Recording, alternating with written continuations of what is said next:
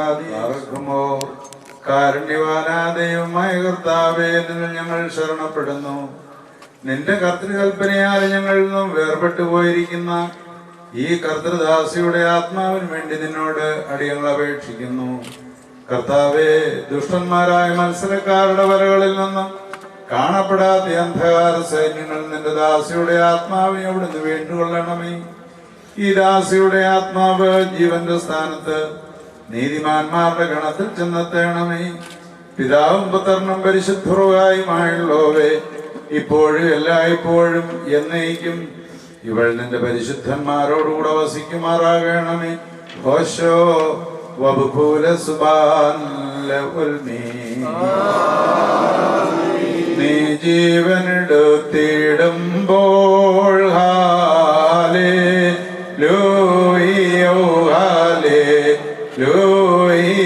മൃതരായി മണ്ണിൽ ചേരുന്നു. കർത്തൃമഹത്വം വാഴട്ടെന്നും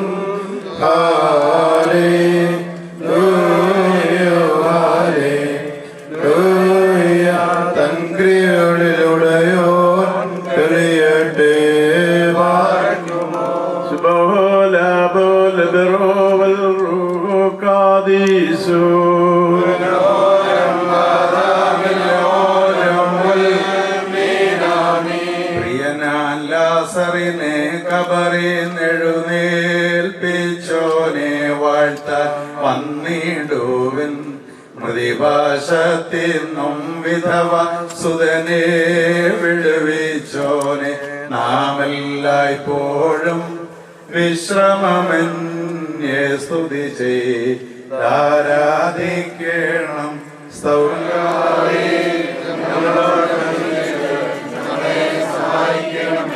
സ്തുതിയും സ്തോത്രവും പ്രാഭവും പുകഴ്ചയും മാഞ്ഞുപോകാത്ത ഉന്നതിയും സദാ ഇപ്പോഴും കരേറ്റുവാൻ അടിയങ്ങൾ യോഗ്യരാകണമേ. മരിച്ചവരെ ജീവിപ്പിക്കുന്നവനും കബളക്കപ്പെട്ടവരെ എഴുന്നേൽപ്പിക്കുന്നവനും ന്യായാധിപതിമായ കർത്താവിന്റെ സ്തുതിയും.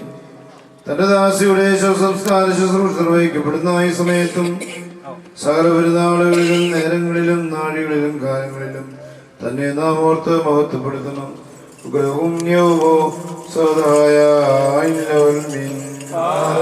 പ്രഭുയന്മാരും ശ്രദ്ധയുള്ള ഗണങ്ങളും സ്വർഗീയമായ മേഘങ്ങൾ നിന്നെ ആഘോഷിക്കുന്നു.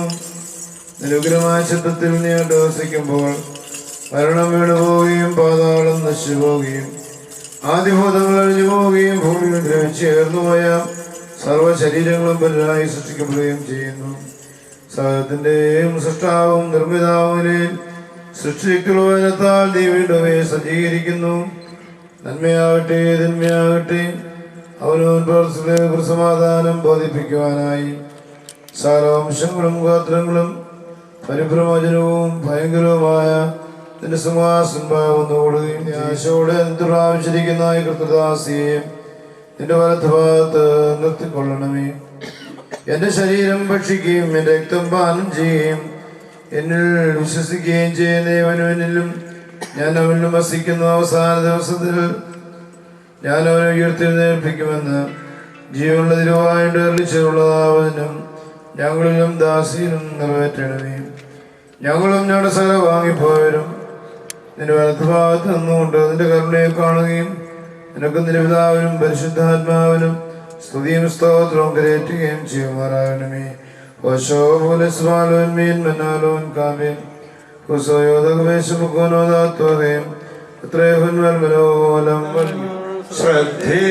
ശ്രദ്ധിച്ചെന്നരികെ നിന്നേറ്റം ഖേദം തോന്നും നിനദത്തെ തരുണന്മാരെയും ബാലന്മാരെയും കണ്ട് പ്രഭുവനിതകളും ദാസികളും സന്താവാരാവത്തിൽ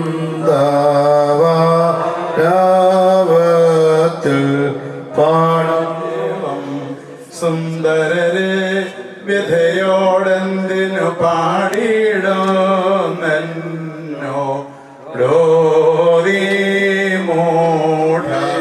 സൗന്ദര്യം പ്രാത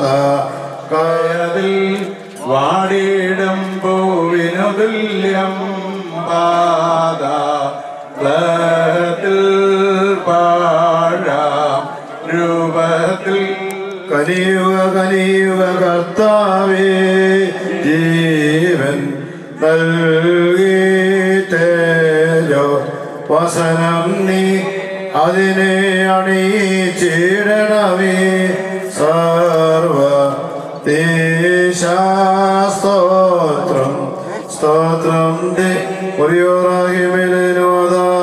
കടങ്ങളുടെ പരിഹാരത്തിനും പാപങ്ങളുടെ മോചനത്തിനും തിരുമ്പാകെയുള്ള മഹാപ്രസന്നതയ്ക്ക് നമ്മളെ അർഹയാക്കുകയും ചെയ്യണമേ.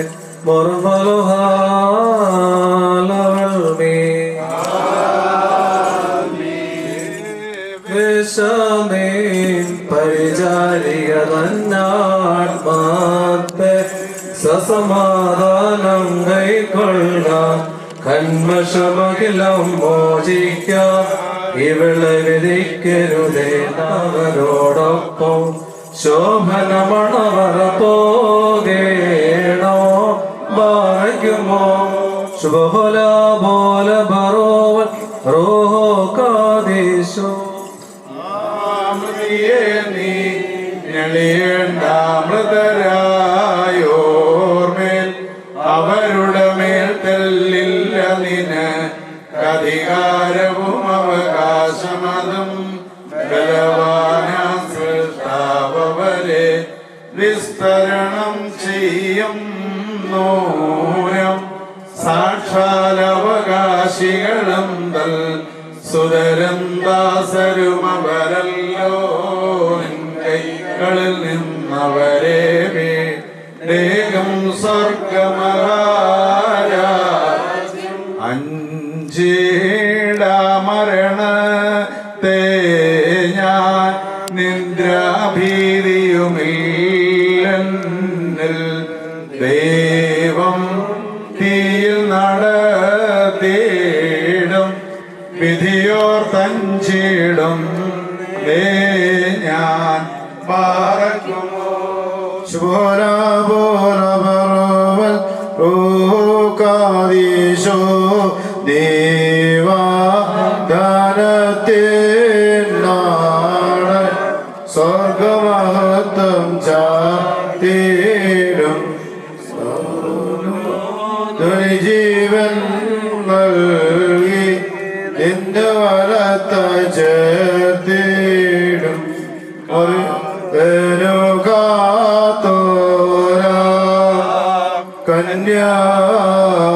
കന്യാസ്ത്രീകളെ നീ പ്രാപിക്കും സഹജേ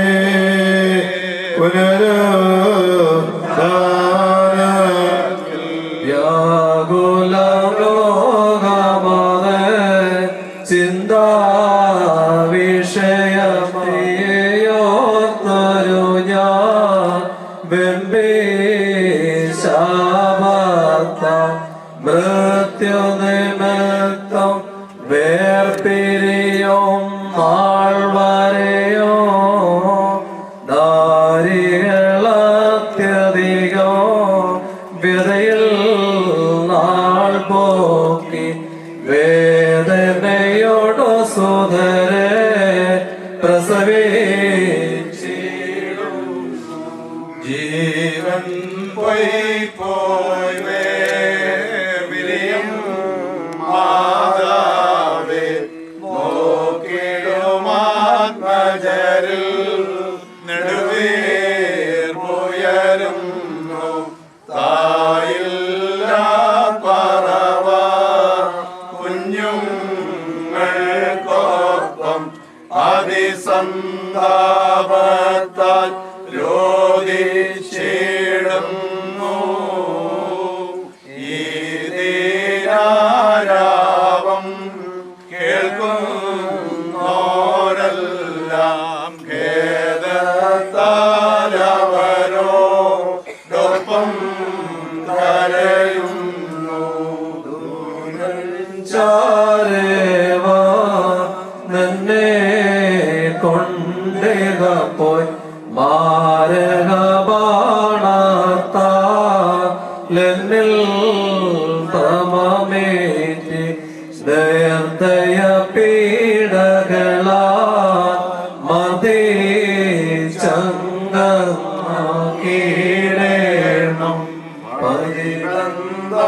മൃതിയാൽ വേറാകണമേ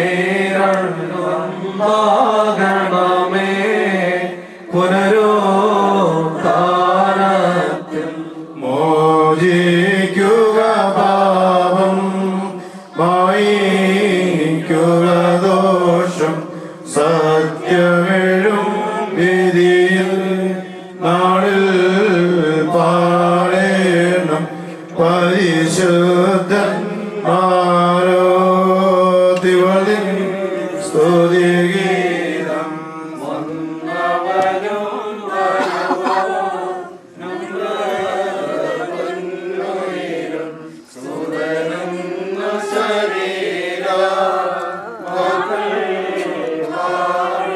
കടന്നുകൊണ്ടിരിക്കുന്നു.